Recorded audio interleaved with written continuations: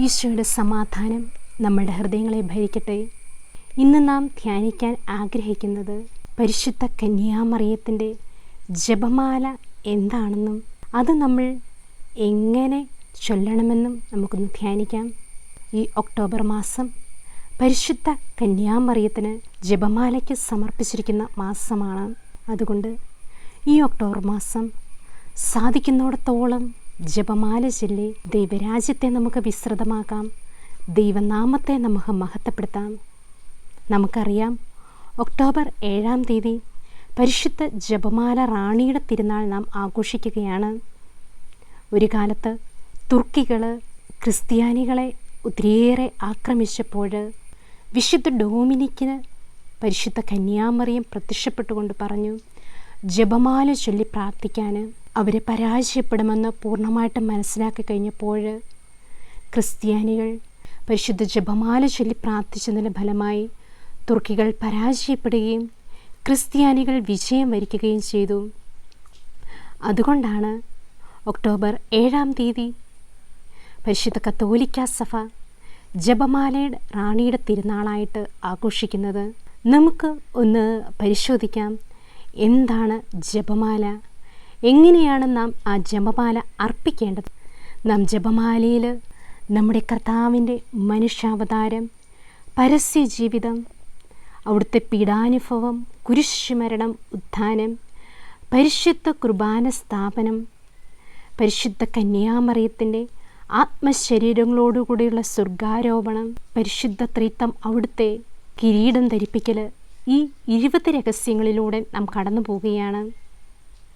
അവയോടൊപ്പം നാം ഓരോ രഹസ്യങ്ങളും ചൊല്ലിക്കൊണ്ട് കർത്താവ് നമ്മെ പഠിപ്പിച്ച പ്രാർത്ഥന, മത്തായിയുടെ സുവിശേഷം 6-ാം അധ്യായം 9 മുതൽ 11 വരെയുള്ള തിരുവചനവും, ലൂക്കായുടെ സുവിശേഷം 11-ാം അധ്യായം 2 മുതൽ 4 വരെയുള്ള തിരുവചനം നാം രഹസ്യങ്ങൾ കഴിഞ്ഞ് ചെല്ലുന്നുണ്ട്. ഈശോ തൻ്റെ ശിഷ്യന്മാരെ പഠിപ്പിച്ച പ്രാർത്ഥന, അതായത് സ്വർഗ്ഗസ്ഥനായ ഞങ്ങളുടെ പിതാവേ, അങ്ങയുടെ നാമം പൂജിതമാകണമേ, അങ്ങയുടെ രാജ്യം വരണമേ, അങ്ങയുടെ തിരുമനസ്സ് സ്വർഗത്തിലെ പോലെ ഭൂമിയിലുമാകണമേ എന്ന്. ഇത് തന്നെയാണ് 10 പ്രമാണത്തിലൂടെ മോശയ്ക്ക് ദൈവം നൽകിയ കൽപ്പനയിലൂടെ സ്വർഗ്ഗസ്ഥനായ ഞങ്ങളുടെ പിതാവേ എന്ന പ്രാർത്ഥന തന്നെയാണ് അവർ പറയുന്നത്. 1-ാം പ്രമാണത്തിൽ നീ നിൻ്റെ ദൈവമായ കർത്താവിനെ പൂർണ്ണ ഹൃദയത്തോടും പൂർണ്ണ മനസ്സോടും പൂർണ്ണ ആത്മാവോടും കൂടി സ്നേഹിക്കുക. നമ്മൾ വിളിക്കുകയാണ് സ്വർഗ്ഗസ്ഥനായ ഞങ്ങളുടെ പിതാവേ എന്ന്. നമ്മുടെ അപ്പനെ നമ്മൾ ഹൃദയം തുറന്ന് വിളിക്കുകയാണ്. എന്നിട്ട് പറയുകയാണ്, അങ്ങയുടെ നാമം പൂജിതമാകണമേ. 2-ാം പ്രമാണത്തിൽ നാം ഇപ്രകാരം കാണുന്നു, ദൈവത്തിൻ്റെ തിരുനാമം വൃഥാ ഉപയോഗിക്കരുത്. പിന്നെ നാം കാണുന്നു, അങ്ങയുടെ രാജ്യം വരണമേ. അതിലൂടെ നമ്മൾ ദൈവത്തിൻ്റെ രാജ്യം ഞായറാഴ്ച ദിവസം നാം വിശുദ്ധമായിട്ട് ആചരിക്കണമെന്ന് കർത്താവ് പറയുന്നു. പിന്നെ പറയുകയാണ്, അങ്ങയുടെ തിരുമനസ്സ് സ്വർഗത്തിലെ പോലെ ഭൂമിയിലുമാകണമേ. 4 മുതൽ 10 വരെയുള്ള പ്രമാണങ്ങളിൽ മനുഷ്യനോട് നാം എങ്ങനെ ഇടപെടണമെന്നും, ആ ദൈവരാജ്യം ഈ ഭൂമിയിൽ വന്നാൽ മനുഷ്യരെ നമ്മൾ ബഹുമാനിക്കും എന്നാണ് പറയുന്നത്. അപ്പം അസ്വർഗസ്ഥനായ ഞങ്ങളുടെ പിതാവിലൂടെ നാം ആ 10 കൽപ്പനകൾ ആവർത്തിക്കുന്നു, ഏറ്റുപറയുന്നു. പിന്നീട് നാം ഓരോ നന്മ നിറഞ്ഞ മറിയമേയും നാം ചൊല്ലുകയാണ്. ലൂക്കായുടെ സുവിശേഷത്തിൽ 1-ാം അധ്യായം 28-ഉം 42-ഉം തിരുവചനങ്ങളോ കൂടി കൂടുന്നതാണ് നന്മ നിറഞ്ഞ മറിയമേ എന്ന പ്രാർത്ഥന. പിതാവായ ദൈവം ദൈവദൂതനിലൂടെ പരിശുദ്ധ കന്യാമറിയത്തെ അഭിസംബോധന ചെയ്യാണ്. ദൈവകൃപ നിറഞ്ഞവളെ സുസ്തി, കർത്താവ് നിന്നോടുകൂടെ. ഇതാണ് യെശയ്യാ പ്രവാചകൻ്റെ പുസ്തകം 62-ാം അധ്യായത്തിൽ 2-ാം തിരുവചനത്തിൽ നാം ഇപ്രകാരം കാണുന്നുണ്ട്, കർത്താവ് വിളിക്കുന്ന ഒരു പുതിയ പേരിൽ നീ അറിയപ്പെടും. നമ്മുടെ ദൈവത്തിൻ്റെ കയ്യിൽ ഒരു രാജകീയ മകുടമാണ് നീ എന്ന്. അപ്പം കർത്താവ് വിളിച്ച ആ പുതിയ പേരാണ് ദൈവകൃപ നിറഞ്ഞവളെ. ഇത് തന്നെയാണ് വിശുദ്ധ ബെർണഡൈറ്റിന് പരിശുദ്ധ കന്യാമറിയം വെളിപ്പെടുത്തിയ പേരും. ഞാൻ അമലോത്ഭവ എന്നാണ്. സ്വർഗരാജ്യത്തിൻ്റെ ആ രഹസ്യമായ ആ പേര്, പാപം ഇല്ലാത്തവൾ, ദൈവകൃപ നിറഞ്ഞവൾ എന്ന് പേര് വെളിപ്പെടുത്തുകയാണ്. ജന്മപാപമില്ലാത്ത ജനിച്ചവളായതുകൊണ്ടാണ് പരിശുദ്ധ കന്യാമറിയത്തെ അമലോത്ഭവേ, അതാ ഇമാക്കുലേറ്റ് കൺസെപ്ഷൻ എന്ന് വിളിക്കുന്നത്. പരിശുദ്ധ കന്യാമറിയത്തിൻ്റെ 4 മാറ്റപ്പെടാത്ത സത്യങ്ങളിൽ ഒന്നാണ് അവിടുത്തെ അമലോത്ഭവം. പിതാവായ ദൈവം അവിടുത്തെ വിളിച്ച പേരും ദൈവകൃപ നിറഞ്ഞവളെ എന്നാണ്. എങ്ങനെയാണ് നാം ഓരോരുത്തരും ദൈവകൃപ നിറയുന്നത്? 1 യോഹന്നാൻ 3:9 ദൈവത്തിൽ നിന്ന് ജനിച്ച ഒരുവനും പാപം ചെയ്യുന്നില്ല, കാരണം ദൈവചൈതന്യം അവനിൽ വസിക്കുന്നു. അവൻ ദൈവത്തിൽ നിന്ന് ജനിച്ചവനായതുകൊണ്ട് അവന് പാപം ചെയ്യാൻ കഴിയുകയില്ല. അപ്പം നമ്മൾ ദൈവത്തിൽ നിന്ന് ജനിച്ചവരായാൽ ഈ ദൈവീക ചൈതന്യം നമ്മളിൽ നിറഞ്ഞു നിൽക്കുന്നത് കൊണ്ട് നമുക്ക് പാപം ചെയ്യാൻ കഴിയുകയില്ല. അപ്പം ഓരോ പാപത്തിൽ നിന്നും നാം വിട്ടുപോരുമ്പോൾ ദൈവിക ചൈതന്യങ്ങൾ കൊണ്ട് നമ്മൾ നിറയും. അതാണ് ജ്ഞാനത്തിൻ്റെ പുസ്തകം 7-ാം പറയുന്നത്, ഞാൻ പ്രാർത്ഥിച്ചു, എനിക്ക് വിവേകം ലഭിച്ചു.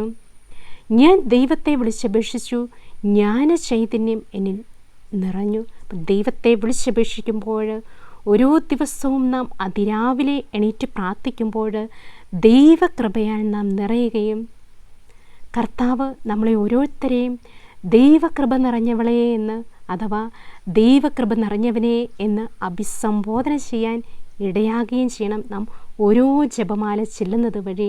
ഉൽപ്പത്തി പുസ്തകം 1, 2, 3 അധ്യായങ്ങളിലൂടെ നാം കടന്നു പോകുമ്പോൾ ദൈവം അവിടുത്തെ വചനത്താൽ ഈ പ്രപഞ്ചം മുഴുവൻ സൃഷ്ടിച്ചു.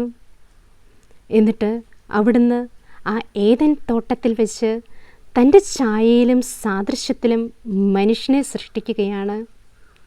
ഉൽപ്പത്തി പുസ്തകം 1-ാം അധ്യായം 26-ഉം 27-ഉം തിരുവചനത്തിൽ, ഉൽപ്പത്തി പുസ്തകം 2-ാം അധ്യായം 6 മുതൽ 9 വരെയുള്ള തിരുവചനത്തിൽ ദൈവമായ കർത്താവ് മണ്ണിൽ നിന്ന് മനുഷ്യനെ സൃഷ്ടിച്ച് ജീവൻ്റെ ശ്വാസം അവൻ്റെ നാസാരന്ധ്രങ്ങളിലേക്ക് നിശ്വസിച്ചുകൊണ്ട് മനുഷ്യൻ ജീവനുള്ളവനായി തീർന്നു.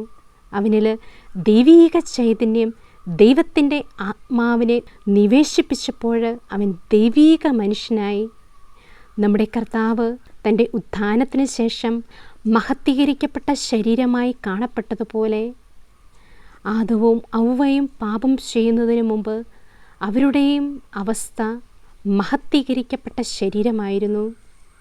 എന്നാൽ സാത്താൻ്റെ വാക്ക് കേട്ട് ഹവ്വ അതിനോട് യെസ് പറഞ്ഞപ്പോൾ അവളുടെ മഹത്വീകരിക്കപ്പെട്ട ശരീരം പാപം നിറഞ്ഞ മർത്യ ശരീരമായിട്ട് മാറുകയാണ്. എന്നിട്ട് ഏദനിൽ നിന്ന് അവരെ ഭൂമിയിലേക്ക് അയക്കുകയാണ് ദൈവമായ കർത്താവ്. ഇവിടെ നാം കണ്ടു, പരിശുദ്ധ കന്യാമറിയം പിതാവായ ദൈവത്തിൻ്റെ വാക്ക് ദൈവദൂതനിലൂടെ ശ്രവിച്ച് ദൈവഹിതത്തിന് യെസ് പറഞ്ഞപ്പോൾ അവിടെ ദൈവം മനുഷ്യനാകുകയാണ്, വചനം മാംസമാകുകയാണ് ചെയ്യുന്നത്. എന്നാൽ നമ്മുടെ ആദിമാതാവായ ഹവ്വ സാത്താൻ്റെ ദൂതനായ സർപ്പത്തിൻ്റെ വാക്ക് കേട്ട് യെസ് പറഞ്ഞപ്പോൾ അവൾ ആ നന്മ തിന്മകളെക്കുറിച്ചുള്ള അറിവിൻ്റെ കനി പറിച്ചു തിന്നപ്പോൾ ദൈവത്തെ ധിക്കരിച്ചുകൊണ്ട് അവർ പാപത്തിന് അടിമയായി തീരുകയാണ് ചെയ്യുന്നത്. അവരുടെ മഹത്വീകരിക്കപ്പെട്ട ശരീരം നഷ്ടപ്പെട്ട് അവർ മണ്ണിനോട് മല്ലിടാൻ അവർ ഇറങ്ങിത്തിരിക്കുകയാണ് ചെയ്യുന്നത്. എന്നിട്ട് ദൈവമായ കർത്താവ് അനേക പ്രവാചകന്മാരെ, ന്യായാധിപന്മാരെ, രാജാക്കന്മാരെ എല്ലാം അയച്ചുകൊണ്ട് അവർക്ക് 10 പ്രമാണങ്ങൾ നൽകിക്കൊണ്ട് പാപത്തിൽ നിന്ന് അവരെ തിരിച്ചു വിളിച്ചുകൊണ്ട് ആ ഏദനിലേക്ക്, ആ ജീവൻ്റെ പറുദീസായിലേക്ക് ദൈവമായ കർത്താവ് ഓരോ നിമിഷവും മനുഷ്യ മക്കളായി നമ്മളെ ഓരോരുത്തരെയും മാടി വിളിക്കുകയാണ്. ഇതാണ് നാം എല്ലാ ദിവസവും വിശുദ്ധ ജപമാലയ്ക്ക് ശേഷം പ്രാർത്ഥിക്കാറുണ്ട്. ഹവ്വയുടെ പുറന്തള്ളപ്പെട്ട മക്കളായ ഞങ്ങൾ അങ്ങേപ്പക്കൽ നിലവിളിക്കുന്നു. അപ്പോൾ ഹവ്വയിലൂടെ നമ്മൾ ഓരോരുത്തരും ആ ഏദനിൽ നിന്ന്, ദൈവരാജ്യത്തിൽ നിന്ന് പുറന്തള്ളപ്പെട്ടവരായി നാം പരിശുദ്ധ കന്യാമറിയത്തിൻ്റെ അനുസരണത്തിലൂടെ, വിധേയത്വത്തിലൂടെ ദൈവരാജ്യത്തിലേക്ക് നാം ഓരോരുത്തരും പ്രവേശിക്കുകയാണ് ചെയ്യുന്നത്. ഉൽപ്പത്തി പുസ്തകം 3-ാം അധ്യായം 15-ഉം 16-ഉം തിരുവചനത്തിലൂടെ നാം കാണുന്നുണ്ട്, നമ്മുടെ ആദിമാതാപിതാക്കന്മാർ പാപം ചെയ്ത് ആ പറുദീസായിന്ന് പുറന്തള്ളപ്പെട്ടപ്പോൾ ദൈവമായ കർത്താവ് ഒരു വാഗ്ദാനം ചെയ്യുന്നുണ്ട്. ഒരു സ്ത്രീയെയും അവളുടെ സന്തതിയായ ഒരു പുത്രനെയും കുറിച്ച് നാം കേൾക്കുന്നുണ്ട്. ഇതാണ് ആദ്യ സുവിശേഷം അഥവാ പ്രോട്ടോ ഇവാങ്കലിയോൺ.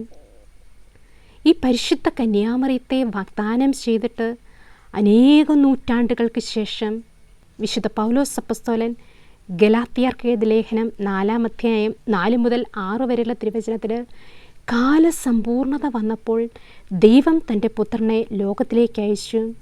അവൻ സ്ത്രീയിൽ നിന്ന് ജാതനായി. അപ്പം കാലസമ്പൂർണത പൂർത്തിയായി കഴിഞ്ഞപ്പോൾ ദൈവം പരിശുദ്ധ കന്യാമറിയത്തെ തൻ്റെ പുത്രന് മുമ്പേ ഈ ലോകത്തിലേക്ക് അയക്കുകയാണ്. അവൾ അമലോത്ഭവയായി, പാപമില്ലാത്തവളായി, ദൈവത്തിൻ്റെ സൃഷ്ടിയായി നമ്മൾ ഓരോരുത്തരെയും പോലെ ഈ ഭൂമിയിലേക്ക് ജാതയാകുകയാണ് ചെയ്യുന്നത്. പരിശുദ്ധ കന്യാമറിയം ദേവാലയത്തിലും മറ്റുമായി കൂടുതൽ സമയം ചെലവഴിച്ചു.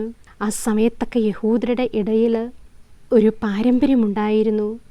മിശിഹ വരുമെന്നും അത് ഒരു കന്യകയിൽ നിന്ന് ജനിക്കുമെന്നും. കാരണം യെശയ്യാ പ്രവാചകൻ നൂറ്റാണ്ടുകൾക്ക് മുമ്പ് പ്രവചിച്ചിരുന്നു. 7-ാം അധ്യായം 14-ാം തിരുവചനത്തിൽ യുവതി ഗർഭം ധരിച്ച് ഒരു പുത്രനെ പ്രസവിക്കും, അവൻ ഇമ്മാനുവേൽ എന്ന് വിളിക്കപ്പെടും. ആ പ്രവാചക വചനങ്ങളെല്ലാം വായിച്ച് ധ്യാനിച്ച് ഇരിക്കുകയെ ആ സമയത്തിൻ്റെ പൂർത്തീകരണം ആയി എന്ന് ആ സമയത്തുള്ള യഹൂദർക്കെല്ലാം ഒരു അരുളപ്പാടുണ്ടായിരുന്നു. അപ്പോൾ പരിശുദ്ധ കന്യാമറിയം എല്ലാം പ്രാർത്ഥിച്ചു, കർത്താവ് എവിടെ വന്ന് ജനിക്കുന്നുവോ ആ അമ്മയുടെ ഒരു ദാസിയായിരിക്കാനുള്ള കൃപ തരണമേ എന്ന്. അത്രമാത്രം എളിമയായിരുന്നു പരിശുദ്ധ കന്യാമറിയത്തിന്. പ്രഭാഷകൻ്റെ പുസ്തകം 15-ാം അധ്യായം 14-ാം തിരുവചനത്തിൽ നാം ഇപ്രകാരം കാണുന്നുണ്ട്, ആദിയിൽ കർത്താവ് മനുഷ്യനെ സൃഷ്ടിച്ചു, അവന് സ്വാതന്ത്ര്യവും നൽകി. ദൈവമായ കർത്താവ് മനുഷ്യനെ സൃഷ്ടിച്ചപ്പോൾ അവന് സ്വാതന്ത്ര്യം നൽകിയതുപോലെ ഈ പരിശുദ്ധ കന്യാമറിയത്തെ സൃഷ്ടിച്ചപ്പോഴും മറിയത്തിനും അവിടുന്ന് സ്വാതന്ത്ര്യം നൽകി. എന്നിട്ട് സമയത്തിൻ്റെ പൂർണ്ണതയിൽ ദൈവദൂതനിലൂടെ ദൈവമായ കർത്താവ് അവിടുത്തെ സമ്മതം ചോദിക്കുന്നുണ്ട്. ലൂക്കായുടെ സുവിശേഷം 1-ാം അധ്യായം 28 മുതൽ 38 വരെയുള്ള തിരുവചനത്തിലൂടെ കടന്നു പോകുമ്പോൾ പരിശുദ്ധ കന്യാമറിയത്തിൻ്റെ സമ്മതത്തിന് വേണ്ടി ദൈവദൂതൻ വെയിറ്റ് ചെയ്യുകയാണ്. ഈ സമയം പ്രപഞ്ചം മുഴുവൻ ആ സ്വരത്തിന് വേണ്ടി കാത്തിരുന്നു. സ്വർഗം മുഴുവൻ മാലാഖമാരും പരിശുദ്ധ മറിയത്തിൻ്റെ ആ സമ്മതം എന്താണ് എന്ന് കാതോർത്ത സമയമായിരുന്നു. മറിയം പറഞ്ഞു, ലൂക്കായുടെ സുവിശേഷം 1-ാം അധ്യായം 38-ാം തിരുവചനത്തിൽ, ഇതാ കർത്താവിൻ്റെ ദാസി, നിൻ്റെ വാക്ക് എന്നെ നിറവേറട്ടെ എന്ന്. ആ ഒരു സമ്മതം കേട്ട മാത്രയിൽ ദൈവദൂതൻ അപ്രത്യക്ഷനാവുകയാണ്.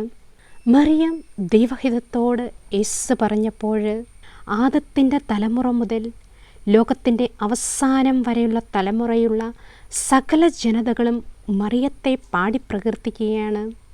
ഇപ്പോൾ മുതൽ സകല തലമുറകളും എന്നെ ഭാഗ്യവതി എന്ന് പ്രകീർത്തിക്കും.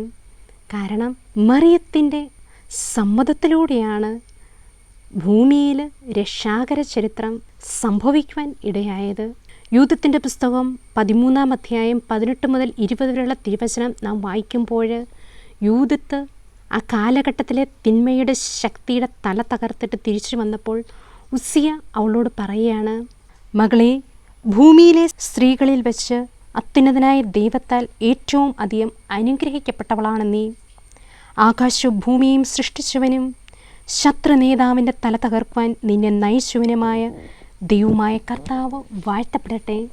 ഇവിടെ യൂദത്ത് ഒരു പൈശാചശക്തിയുടെ തല തകർത്തപ്പോൾ യഹൂദ ജനതയെ രക്ഷിക്കാൻ വേണ്ടി അവൾ ആ രാജാവിൻ്റെ തല തകർത്തപ്പോൾ അവളെ പ്രകീർത്തിക്കുകയാണ്, നീ ഭൂമിയിലെ സ്ത്രീകളിൽ വെച്ച് അത്യുന്നതനായ ദൈവത്താൽ അനുഗ്രഹിക്കപ്പെട്ടവളാണ് നീ. പരിശുദ്ധ കന്യാമറിയം സകല തലമുറകളാലും ഭാഗ്യവതി എന്ന് പ്രകീർത്തിക്കുമ്പോൾ, സ്വർഗം അവളെ അനുഗ്രഹത എന്ന് പ്രകീർത്തിക്കുമ്പോൾ, പൈശാചശക്തിയുടെ മുഴുവൻ തല തകർക്കുവാനും ദൈവരാജ്യം ഈ ഭൂമിയിൽ കൊണ്ടുവരുവാനും അമ്മയായ മറിയത്തിൻ്റെ സമ്മതമാണ് ദൈവം നോക്കിയത്. നമ്മുടെ ഓരോരുത്തരുടെയും ജീവിതത്തിൽ ദൈവം നമ്മളെ ഓരോരുത്തരെയും വിളിച്ചിരിക്കുന്നത് പൈശാചശക്തിയുടെ തല തകർത്തുകൊണ്ട്, ഓരോ തിന്മയുടെയും തല തകർത്തുകൊണ്ട് അത്യുന്നതനായ ദൈവത്താൽ അനുഗ്രഹിക്കപ്പെട്ടവരായിട്ട് ഭാഗ്യവാന്മാരും ഭാഗ്യവതികളുമായിട്ട് തീരുവാനായിട്ടാണ് ദൈവം നമ്മളെ ഓരോരുത്തരെയും ഈ ഭൂമിയിലേക്ക് സൃഷ്ടിച്ചയക്കുന്നതും നമ്മളെ ദൈവം തിരഞ്ഞെടുത്തതും എല്ലാം അതിനാണ്. അതുകൊണ്ട് ഈ മാസം പ്രത്യേകിച്ച് പരിശുദ്ധ കന്യാമറിയത്തിൻ്റെ മധ്യസ്ഥത്തിലൂടെ സകല പൈശാചികതയുടെയും തല തകർത്തുകൊണ്ട് പാപത്തിൻ്റെ മേൽ വിജയം നമുക്ക് ആഘോഷിക്കാൻ ആ ശക്തി തരുന്നത്, കൃപ തരുന്നത് പരിശുദ്ധ കന്യാമറിയത്തിൻ്റെ മധ്യസ്ഥം തന്നെയാണ്. പരിശുദ്ധ കന്യാമറിയത്തിൻ്റെ ജീവിതത്തിലേക്ക് നാം ഒന്ന് എത്തി നോക്കുകയാണെങ്കിൽ, ഹവ്വായിലൂടെ വന്ന പാപം തകർക്കുവാൻ വേണ്ടി പരിശുദ്ധ കന്യാമറിയത്തെ ദൈവം തിരഞ്ഞെടുത്തെങ്കിൽ ഹവ്വയുടെ കാലം മുതൽ ഉള്ള സകലമാന പൈശാചികശക്തികളും സകലമാന തിന്മകളും പരിശുദ്ധ കന്യാമറിയത്തെ ആക്രമിച്ചു കൊണ്ടിരുന്നു, ഏതെങ്കിലും തരത്തിൽ അവളെ കീഴ്പ്പെടുത്തുവാൻ വേണ്ടി. കാരണം പരിശുദ്ധ കന്യാമറിയത്തെ അത്രമാത്രം സത്താൻ നോട്ടപ്പുള്ളിയായിട്ട് കണ്ടിരുന്നു. എല്ലാ തിന്മകളും മറിയത്തിനെതിരെ ആരോപിച്ചപ്പോൾ മറിയം നിശബ്ദയായിട്ട് കാത്തിരുന്നു. വെളിപാട് പുസ്തകം 12-ാം അധ്യായം 15 മുതൽ 17 വരെയുള്ള തിരുവചനത്തിൽ, സ്ത്രീയെ ഒഴുക്കിക്കളയാൻ സർപ്പം തൻ്റെ വായിൽ നിന്ന് നദി പോലെ ജലം അവളുടെ പിന്നാലെ പുറപ്പെടുവിച്ചു. കാരണം അത്രമാത്രം എതിർപ്പായിരുന്നു പരിശുദ്ധ കന്യാമറിയത്തിന് എതിരെ. കാരണം ദൈവം ഈ ഭൂമിയിൽ ജാതനാകണമെങ്കിൽ, ദൈവരാജ്യം ഈ ഭൂമിയിൽ കൊണ്ടുവരണമെങ്കിൽ അവിടുത്തെ സൃഷ്ടിയുടെ സമ്മതം ആവശ്യമായിരുന്നു ദൈവത്തിന്. ഇവിടെ പറയാണ്, എല്ലാ തിന്മകളും മറിയത്തിനെതിരെ ചാർത്തിയപ്പോഴും മറിയം നിശബ്ദയായിരുന്നു. കാരണം ജ്ഞാനത്തിൻ്റെ പുസ്തകം 7-ാം അധ്യായം 25-ഉം 26-ഉം തിരുവചനത്തിൽ, മലിനമായ ഒന്നിനും അവളിൽ പ്രവേശനമില്ല, നിത്യ തേജസ്സിൻ്റെ പ്രതിഫലനമാണവൾ, ദൈവത്തിൻ്റെ പ്രവർത്തനങ്ങളുടെ നിർമ്മല ദർപ്പണം. പരിശുദ്ധ കന്യാമറിയത്തിൽ മലിനമായ ഒന്നിനും പ്രവേശനം ഇല്ലായിരുന്നു. കാരണം അവൾ മലിനമായ എല്ലാത്തിനോടും നോ പറഞ്ഞു. ഹവ്വ ആ മലിനമായ ആ സാത്താൻ്റെ വാക്കിന് യെസ് പറഞ്ഞപ്പോൾ മറിയത്തിൻ്റെ ജീവിതത്തിൽ അനേക പ്രലോഭനങ്ങൾ ഉണ്ടായിട്ടുണ്ട്. മറിയത്തിൻ്റെ ജീവിതത്തെക്കുറിച്ച് നാം ഒന്ന് ധ്യാനിക്കുമ്പോൾ ദൈവത്തോട് യേസ് പറഞ്ഞു കഴിഞ്ഞപ്പോഴേ മത്തായിയുടെ സുവിശേഷം 1-ാം അധ്യായം 18 മുതൽ 35 വരെയുള്ള തിരുവചനത്തിൽ, അവളുടെ ഭർത്താവായ ജോസഫ് അവളെ രഹസ്യമായി ഉപേക്ഷിക്കാൻ തീരുമാനിച്ചപ്പോഴും മറിയം നിശബ്ദയായി നിൽക്കുകയാണ് ചെയ്യുന്നത്. അതിനുശേഷം സ്വന്തക്കാരിൽ നിന്നും വീട്ടുകാരിൽ നിന്നുമെല്ലാം ഒത്തിരിയേറെ അപമാനം മറിയം സ്വീകരിക്കേണ്ടി വന്നു. ഈ കാലഘട്ടം പോലെയല്ല അന്നത്തെ കാലഘട്ടം. കാരണം യഹൂദരുടെ ഇടയിൽ സ്വന്തം ഭർത്താവിൽ നിന്നല്ലാതെ ഒരു കുഞ്ഞു വയറ്റിൽ ജനിച്ചാൽ അവളെ കല്ലെറിഞ്ഞ് കൊല്ലണം എന്ന കൽപ്പന മറിയത്തിന് മനഃപ്പാഠമായിരുന്നു. എങ്കിലും മറിയം ദൈവത്തോട് യെസ് പറഞ്ഞു. വിശുദ്ധ യൗസേപ്പ് അവളെ ഉപേക്ഷിക്കാൻ തീരുമാനിച്ചു. മറിയത്തിന് അറിയാം കല്ലെറിഞ്ഞ് കൊല്ലപ്പെടും. എങ്കിലും അവൾ ഹവ്വായെപ്പോലെ ദൈവദൂതനെ പഴിചാരാൻ പോയില്ല. മറിച്ച് ലൂക്കായുടെ സുവിശേഷം 1-ാം അധ്യായം 45-ാം വചനത്തിൽ കർത്താവ് അരുളി ചെയ്ത കാര്യങ്ങൾ നിറവേറുമെന്ന് മറിയം വിശ്വസിച്ചു. അതുകൊണ്ട് തന്നെയാണ് ആ വിശ്വാസം മൂലം വിശുദ്ധ യൗസേപ്പിന് ദൈവദൂതൻ സ്വപ്നത്തിൽ പ്രത്യക്ഷപ്പെട്ട് പറഞ്ഞു, ജോസഫ്, നീ മറിയത്തെ ഭാര്യയായി സ്വീകരിക്കാൻ ശങ്കിക്കേട്ട. വിശുദ്ധ ജോസഫ് അത് അനുസരിച്ചു. പിന്നീട് നാം നോക്കുമ്പോൾ 9 മാസം പൂർത്തിയായപ്പോൾ അഗസ്തസ് സീസറിൽ നിന്ന് ഒരു കൽപ്പന, ബെത്ലഹേമിൽ പോയി പേരെഴുതിക്കപ്പെടണമെന്ന്. ലൂക്കായുടെ സുവിശേഷം 2-ാം അധ്യായം 1 മുതൽ 7 വരെയുടെ തിരുവചനത്തിൽ വിശുദ്ധ യൗസേപ്പ് മറിയത്തെയുമായിട്ടുള്ള യാത്ര എത്രയോ ദുർഘടമായിരുന്നു. മിക്ക പ്രവാചകൻ 5-ാം അധ്യായം 2-ഉം 3-ഉം തിരുവചനം ആ വിശുദ്ധ ലിഖിതം അവിടെ പൂർത്തിയാക്കണം. പരിശുദ്ധ കന്യാമറിയത്തിൽ ബെത്ലഹേം എഫാത്ത, യൂദാ, നീ ഏറ്റവും ചെറുതാണെങ്കിലും നിന്നിൽ നിന്നാണ് രക്ഷകൻ പിറക്കേണ്ടതെന്ന ആ വചനം പൂർത്തിയാകാൻ പരിശുദ്ധ കന്യാമറിയത്തെയുമായിട്ട് ഒന്നും അറിയാത്ത വിശുദ്ധ യൗസേപ്പ് യാത്രയാകുകയാണ് ചെയ്യുന്നത്. പാതിരായിൽ പ്രസവ വേദനയിലൂടെ മാതാവ് കടന്നു പോകുമ്പോൾ വിശുദ്ധ യൗസേപ്പ് ഓരോ വീടുകളും കയറി മുട്ടിയപ്പോഴും അവർക്ക് സത്രത്തിൽ ഒരു സ്ഥലവും ലഭിച്ചില്ല. ചിന്തിക്കുക, അവർ എത്രമാത്രം പീഡകൾ സഹിച്ചു. നമ്മുടെയൊക്കെ ജീവിതത്തിൽ ഇങ്ങനെയൊരു കൊച്ചു കൊച്ചു സംഭവങ്ങൾ ഉണ്ടാകുമ്പോൾ നാം ദൈവത്തെ ക്വസ്റ്റ്യൻ ചെയ്യും. ദൈവം എവിടെ എന്ന് ഞാൻ ചോദിക്കും. പരിശുദ്ധ കന്യാമറിയവും വിശുദ്ധ യൗസേപ്പും പരിപൂർണ മനുഷ്യരാണ്. അവർക്ക് ദൈവരാജ്യത്തെക്കുറിച്ച് കൂടുതൽ അറിവില്ല. എങ്കിലും നിഷ്കളങ്കരിലൂടെ കർത്താവ് പ്രവർത്തിക്കുകയാണ്. വിശുദ്ധ യൗസേപ്പ് ഓരോ വീടുകൾ മുട്ടിയപ്പോഴും എല്ലാം കൊട്ടിയടച്ചപ്പോൾ അവർക്ക് ഒരു ആട്ടിൻ തൊഴുത്തിലാണ് ഈശോയ്ക്ക് ജനിക്കാൻ ഒരു സ്ഥലം ലഭിച്ചത്. ലൂക്കായുടെ സുവിശേഷം 2-ാം അധ്യായം 6-7 തിരുവചനത്തിൽ പിള്ളക്കച്ചുകൾ കൊണ്ട് പുൽത്തൊട്ടിയിൽ അവൻ കിടക്കുകയാണ്. അതിനുശേഷം ആ ആട്ടിടയന്മാർ അവിടെ സന്ദർശിച്ചപ്പോൾ മാലാഖമാർ സ്വർഗത്തിൽ നിന്ന് സ്തുതിഗീതം ആലപിച്ചപ്പോൾ ലൂക്കായുടെ സുവിശേഷം 2-ാം അധ്യായം 14-ാം തിരുവചനത്തിൽ അത്യുന്നതങ്ങളിൽ ദൈവത്തിന് മഹത്വം, ഭൂമിയിൽ ദൈവകൃപ ലഭിച്ചവർക്ക് സമാധാനം എന്ന് പാടി ഘോഷിച്ചപ്പോഴും ആ 3 ജ്ഞാനികൾ മത്തായിയുടെ സുവിശേഷം 2-ാം അധ്യായം 1 മുതൽ 14 വരെയുള്ള തിരുവചനത്തിൽ ആ ജ്ഞാനികൾ വന്ന് പൊന്നും മീറയും കുന്തിരിക്കവും എല്ലാം കൊണ്ട് ആ ദൈവത്തെ കുമ്പിട്ട് ആരാധിച്ചപ്പോൾ മറിയം ഒരുപക്ഷെ വിശ്രമിച്ച് കാണും, ഒത്തിരി സന്തോഷിച്ച് കാണും, വിശ്വസിച്ചു. ആ കഷ്ടപ്പാടുകളെല്ലാം നീങ്ങിയെന്ന്. 2 ദിവസം കഴിഞ്ഞപ്പോഴേ ജോസഫിന് സ്വപ്നത്തിൽ ദർശനമുണ്ടാവുകയാണ്. ഹെറോദേസ് ശിശുക്കളെല്ലാം വധിക്കാൻ ആഗ്രഹിക്കുന്നു. എഴുന്നേറ്റ് ശിശുവിനെയും കൊണ്ട് പോവുക എന്ന് അവർ ആ രാത്രിയിൽ ഓടുകയാണ് ശിശുവിനെയുമായിട്ട്. അങ്ങനെ ഈജിപ്തിൽ ചെന്നു. ഈജിപ്തിൽ 2 വർഷം താമസിച്ചു. അവിടെ നിന്ന് നസ്രത്തിലേക്ക് വരികയാണ്. ഈജിപ്തിൽ നിന്ന് ഞാൻ എൻ്റെ പുത്രനെ വിളിച്ചു എന്ന പ്രവാചക വചനം പൂർത്തിയാകാൻ വേണ്ടി അവർ ഈജിപ്തിൽ താമസിച്ചിട്ട് നസ്രത്തിലേക്ക് വരികയാണ്. എത്രമാത്രം കഷ്ടപ്പാടുകളാണ് സ്വീകരിക്കുന്നത് പരിശുദ്ധ കന്യാമറിയം. ഇവിടെയൊന്നും മറിയം ദൈവത്തെ പഴിചാരിയില്ല. അതുകൊണ്ടാണ് പരിശുദ്ധ കന്യാമറിയത്തിന് സഭ ഇത്രമാത്രം സ്ഥാനം നൽകുന്നത്. ഈ മറിയത്തിൻ്റെ മധ്യസ്ഥതയിലൂടെ അനേക അനുഗ്രഹങ്ങൾ ലഭിക്കുവാൻ കാരണവും ഇത് തന്നെയാണ്. കാരണം അത്രമാത്രം മറിയം സഹിച്ചു. ദൈവത്തിൻ്റെ സൃഷ്ടികളിൽ ഏറ്റവും അധികം സഹിച്ചത് പരിശുദ്ധ കന്യാ മറിയം തന്നെയാണ്. പിന്നീട് വിശുദ്ധ ഔസേപ്പിൻ്റെ മരണം, പിന്നീടുള്ള ഏക മകനുമായിട്ടുള്ള ആ യാത്രയിൽ എല്ലാവരും കൂടി ആ യുവാവായ ഈശോയെ അകാരണമായ കുറ്റത്തിന് 3 ഇരുമ്പാണികളാൽ കുരിശിന്മേൽ തറയ്ക്കുകയാണ്. അവിടുത്തെ രക്തം വാർത്ത് അവിടുന്ന് മരിക്കുകയാണ് ചെയ്തത്. താൻ തിരഞ്ഞെടുത്ത ശിഷ്യന്മാരെല്ലാം ഈശോയെ ഇട്ടിട്ട് പോയപ്പോഴും പരിശുദ്ധ കന്യാമറിയം ഇതാ കർത്താവിൻ്റെ ദാസി എന്ന് പറഞ്ഞുകൊണ്ട് നിന്ന് കൊടുക്കുകയാണ് ചെയ്തത്.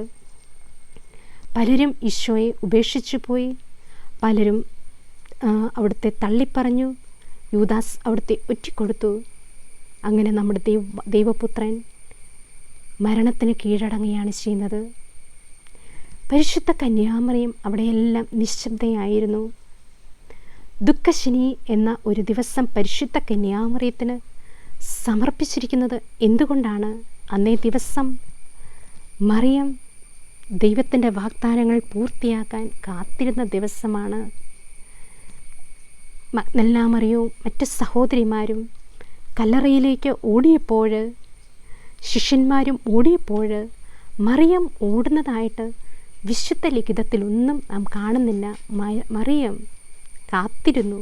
കാരണം മറിയം വിശ്വസിച്ചു കർത്താവിൻ്റെ വാഗ്ദാനങ്ങളെല്ലാം പൂർത്തിയാകുമെന്ന്.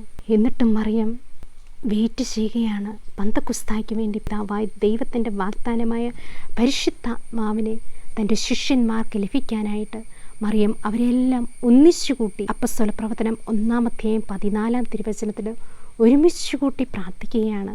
അങ്ങനെയാണ് അപ്പസ്തോല പ്രവർത്തനം 2-ാം അധ്യായത്തിൽ 1 മുതൽ 14 വരെയുള്ള തിരുവചനത്തിൽ പന്തക്കുസ്തായിലൂടെ പരിശുദ്ധാത്മാവ് അവരുടെ മേൽ ഇറങ്ങി വന്നുകൊണ്ട് വിശുദ്ധ കത്തോലിക്കാ സഭ സ്ഥാപിതമാകുകയാണ്. ഈ സമയങ്ങളിലെല്ലാം മറിയം ഒത്തിരിയേറെ സഹിച്ചു. അതിനുശേഷം ഈ ശിഷ്യന്മാർ പല സ്ഥലത്ത് പരിശുദ്ധാത്മാവിനെ നിറഞ്ഞ് കർത്താവിനെ കൊടുക്കുമ്പോൾ പലരും രക്തസാക്ഷികളാകുന്നു, ചിലർ കല്ലെറിഞ്ഞ് മരിക്കുന്നു. ഇങ്ങനെ അനേക സഹനങ്ങളിൽ മാതാവ് കണ്ടു നിന്ന ഒരു വ്യക്തിയാണ്. യോഹന്നാൻ്റെ സുവിശേഷത്തിൽ 19 അധ്യായം 25 മുതൽ 27 വരെയുള്ള തിരുവചനത്തിൽ അവിടുന്ന് കുരിശിൽ കിടന്നുകൊണ്ട് ആ അവസാന സമയത്ത് താൻ സ്നേഹിച്ച ശിഷ്യന് അമ്മയെ നൽകുകയാണ്. സ്വഭവനത്തിൽ അവളെ സ്വീകരിക്കുവാൻ കൽപ്പന കൊടുക്കുകയാണ്. താൻ സ്നേഹിച്ച ശിഷ്യനോട് പറയുകയാണ്, ഇതാ നിൻ്റെ അമ്മയെന്നും ഈ അമ്മയോട് ഇതാ നിൻ്റെ മകൻ എന്നും പറഞ്ഞുകൊണ്ട് മനുഷ്യകുലത്തെ മുഴുവൻ പരിശുദ്ധ കന്യാമറിയത്തിന് ദൈവം ഏൽപ്പിക്കുകയാണ്. ആ ദൈവത്തിൻ്റെ സ്ഥാനം കൂട്ടവകാശികളായിട്ട് ദൈവത്തിൻ്റെ മക്കളുടെ സ്ഥാനം നമുക്ക് തന്നുകൊണ്ട് അമ്മയെ മറിയത്തിൻ്റെ മക്കളാകുവാനായി നമ്മളോട് പരിശുദ്ധ അമ്മയെ, നമ്മുടെ സ്വന്തം അമ്മയെ സ്വീകരിക്കുവാൻ അവിടുന്ന് കുരിശിൽ കിടന്നുകൊണ്ട് കൽപ്പന നൽകുകയാണ്. അതുകൊണ്ട് നമ്മുടെ ജീവിതത്തിലേക്ക് ഈ പരിശുദ്ധ കന്യാമറിയത്തെ നമ്മുടെ അമ്മയായിട്ട് സ്വീകരിക്കാം. അവിടുന്ന് നമ്മെ തൻ്റെ സ്വന്തം മക്കളായിട്ട് സ്വീകരിക്കും. പരിശുദ്ധ കന്യാമറിയം ദൈവഹിതത്തിന് യേശു പറഞ്ഞ നിമിഷം മുതൽ ആത്മശരീരങ്ങളോടുകൂടി സ്വർഗത്തിൽ എത്തുന്ന നിമിഷം വരെ ഒത്തിരിയേറെ പീഡകൾ സഹിച്ചതുകൊണ്ട് ഹെബ്രായ ലേഖനത്തിൽ 2-ാം അധ്യായത്തിൽ 18-ാം വചനത്തിൽ പറയുന്നുണ്ട്, അവൻ പീഡ സഹിക്കുകയും പരീക്ഷിക്കപ്പെടുകയും ചെയ്തതുകൊണ്ട് പരീക്ഷിക്കപ്പെടുന്നവരെ സഹായിക്കാൻ അവന് സാധിക്കുമല്ലോ എന്ന്. ഈശോ പീഡ സഹിക്കുകയും പരീക്ഷിക്കപ്പെടുകയും ചെയ്തതുകൊണ്ട് പരീക്ഷിക്കപ്പെടുന്ന ആരെ സഹായിക്കാൻ ഈശോയ്ക്ക് സാധിക്കുന്നത് പോലെ പരിശുദ്ധ കന്യാമറിയത്തിനും നമ്മളെ ഓരോരുത്തരെയും സഹായിക്കാനും ശക്തിപ്പെടുത്തുവാനും എളുപ്പമാണ്. കാരണം പരിശുദ്ധ കന്യാമറിയം ഈ ഭൂമിയിലായിരുന്നപ്പോൾ ഏറ്റവും അധികം പീഡാസഹനങ്ങളിലൂടെ കടന്നുപോയി. അവിടുത്തെ ഹൃദയത്തിൽ 7 വാളുകൾ കൊണ്ടു എന്നാണ് വ്യാകുല മാതാവിൻ്റെ ചിത്രത്തിൽ നാം കാണുന്നത്. അതുകൊണ്ട് പീഡ സഹിക്കുന്ന പരീക്ഷകളിലൂടെ കടന്നു പോകുന്ന നമുക്ക്, സഹനങ്ങളുള്ള നമുക്ക്, വേദനകളുള്ളവർക്ക്, രോഗികളായവർക്ക് എല്ലാം പരിശുദ്ധ കന്യാമറിയത്തിൻ്റെ മധ്യസ്ഥം സഹായിക്കും, നമ്മളെ ശക്തിപ്പെടുത്തും, നമ്മളെ നയിക്കും. അതുകൊണ്ട് ഓരോ നന്മ നിറഞ്ഞ മറിയമേയും ചൊല്ലിക്കൊണ്ട് അവിടുത്തെ കൃപ ലഭിക്കണമേ എന്ന് പ്രാർത്ഥിക്കാം. മറിയത്തിൻ്റെ ഒരു കൃപയായിരുന്നു ലൂക്കായുടെ സുവിശേഷം 2-ാം അധ്യായം 19-ാം തിരുവചനത്തിൽ ദൈവത്തിൻ്റെ വചനമെല്ലാം ഹൃദയത്തിൽ സൂക്ഷിക്കാനുള്ള ആ കൃപ നമുക്ക് ലഭിക്കുവാൻ വേണ്ടി പ്രാർത്ഥിക്കാം. ഈശോയുടെ വാഗ്ദാനങ്ങൾക്ക് നമ്മൾ യോഗ്യരാകാൻ വേണ്ടി നമുക്ക് പ്രാർത്ഥിക്കാം. അതുപോലെ നമ്മൾ കുരിശിൻ്റെ വഴിയിൽ പ്രാർത്ഥിക്കുന്നുണ്ട്, പരിശുദ്ധ കന്യാമറിയമേ നമ്മുടെ കർത്താവിൻ്റെ തിരുമുറിവുകൾ എൻ്റെ ഹൃദയത്തിൽ പതിപ്പിച്ചുറപ്പിക്കണമേ എന്ന്. ഈശോയുടെ ഓരോ തിരുമുറിവുകളും നമ്മുടെ ഹൃദയത്തിൽ പതിഞ്ഞാൽ നമുക്കുണ്ടാകുന്ന ആനന്ദം എത്രമാത്രം വലുതായിരിക്കും. അപ്പോൾ ഈ മാതാവിനോട് നമുക്ക് പ്രത്യേകം മധ്യസ്ഥം വഹിക്കാം. ഹവ്വയിൽ നിന്ന് പുറന്തള്ളപ്പെട്ടവരായ നാം പരിശുദ്ധ കന്യാമറിയത്തിലൂടെ ആ പറുദീസായിലേക്ക് പ്രവേശിച്ചുകൊണ്ട് നമ്മുടെയും ഈ ശരീരത്തെ മഹത്വമുള്ളതാക്കി തീർക്കാൻ നമുക്ക് പ്രാർത്ഥിക്കാം. കാരണം ഫിലിപ്പിയർക്ക് ലേഖനം 3-ാം അധ്യായം 21-ാം തിരുവചനത്തിൽ ബിഷപ്പ് പൗലോസ് ശ്ലീഹ പറയുന്നുണ്ട്, സകലത്തെയും തനിക്ക് കീഴ്പ്പെടുത്താൻ കഴിയുന്ന ശക്തി വഴി അവൻ നമ്മുടെ ദുർബല ശരീരത്തെ തൻ്റെ മഹത്വമുള്ള ശരീരം പോലെ രൂപാന്തരപ്പെടുത്തിയെടുക്കുമെന്ന്. പരിശുദ്ധ കന്യാമറിയം ദൈവത്തിൻ്റെ സൃഷ്ടിയായിരുന്നു. ഈ ഭൂമിയിലൂടെ നമ്മളുടെ ഓരോരുത്തരെ പോലെ കടന്നു പോയിട്ടും ആ മറിയത്തിൻ്റെ അമനോത്ഭവത്തിനോ മഹത്വീകരിക്കപ്പെട്ട ശരീരത്തിനോ ഒരു പോറൽ പോലും സംഭവിക്കുവാൻ ദൈവം ഇടയാക്കിയില്ല. മറിയത്തിന് സ്വാതന്ത്ര്യം നൽകിയെങ്കിലും പരിശുദ്ധ കന്യാമറിയം ആ സ്വാതന്ത്ര്യം ദുരുപയോഗിച്ചില്ല. അതുകൊണ്ട് ആ പരിശുദ്ധ മറിയത്തിൻ്റെ മധ്യസ്ഥം നമുക്ക് തേടി നമ്മുടെ ഈ പാപകരമായ ശരീരത്തെ തൻ്റെ മഹത്വമുള്ള ശരീരം പോലെ രൂപാന്തരപ്പെടുത്തിയുള്ള കൃപയ്ക്ക് വേണ്ടി നമുക്ക് പ്രാർത്ഥിക്കാം. അതിനായിട്ട് ദൈവം നമ്മളെ ഓരോരുത്തരെയും അനുഗ്രഹിക്കട്ടെ. നമുക്ക് മാതാവിനോട് പ്രത്യേകം മധ്യസ്ഥം വഹിക്കാം. ഈശോ മിശിഹായുടെ വാഗ്ദാനങ്ങൾക്ക് ഞങ്ങൾ യോഗ്യരാകുവാൻ. എന്താണ് ഈശോ മിശിഹായുടെ വാഗ്ദാനം? അവിടുത്തെ വാഗ്ദാനം പരിശുദ്ധാത്മാവാണ്. ഈ പരിശുദ്ധാത്മാവ് നമ്മുടെ മേൽ വന്നാൽ നമുക്ക് ഒന്നിനും കുറവുണ്ടാകുകയില്ല. നമുക്കെല്ലാം ഉണ്ടായിരിക്കും. അതാണ് അപ്പസ്തല പ്രവർത്തനം 1:4 കർത്താവ് പറയുന്നുണ്ട്, നിങ്ങൾ ജെറുസലേം വിട്ട് പോകരുത്. എന്നിൽ നിന്ന് കേട്ട പിതാവിൻ്റെ വാഗ്ദാനം നിങ്ങൾ കാത്തിരിക്കുവിൻ. ഈ പിതാവിൻ്റെ വാഗ്ദാനമായ പരിശുദ്ധാത്മാവിനെ നമുക്ക് ലഭിക്കുവാൻ പരിശുദ്ധ കന്യാമറിയത്തിൻ്റെ മധ്യസ്ഥം നമുക്ക് ആവശ്യമാണ്. അതിനായിട്ട് ദൈവം നമ്മളെ ഓരോരുത്തരെയും അനുഗ്രഹിക്കട്ടെ എന്ന് പ്രാർത്ഥിച്ചുകൊണ്ട്, നന്മ നിറഞ്ഞ മറിയമേ സ്വസ്തി, കർത്താവ് അങ്ങയോടുകൂടെ സ്ത്രീകളിൽ അങ്ങ് അനുഗ്രഹിക്കപ്പെട്ടവളാവുന്നു. അങ്ങയുടെ ഉദരത്തിൻ ഫലമായ ഈശോ അനുഗ്രഹിക്കപ്പെട്ടവനാവുന്നു. പരിശുദ്ധ മറിയമേ, തമ്പുരാൻ്റെ അമ്മേ, പാപികളായ ഞങ്ങൾക്ക് വേണ്ടി ഇപ്പോഴും ഞങ്ങളുടെ മരണസമയത്തും തമ്പുരാനോട് അപേക്ഷിച്ചുകൊള്ളണമേ. ആമേൻ. ഈശംശയുടെ വാഗ്ദാനങ്ങൾക്ക് ഞങ്ങൾ യോഗ്യരാകുവാൻ സർവേശ്വരൻ്റെ പരിശുദ്ധ ദൈവമാതാവേ, ഞങ്ങൾക്ക് വേണ്ടി അപേക്ഷിക്കണമേ. പിതാവിനും പുത്രനും പരിശുദ്ധാത്മാവിനും സ്തുതി, ആദിയിലെ പോലെ ഇപ്പോഴും എപ്പോഴും എന്നേക്കും. ആമേൻ.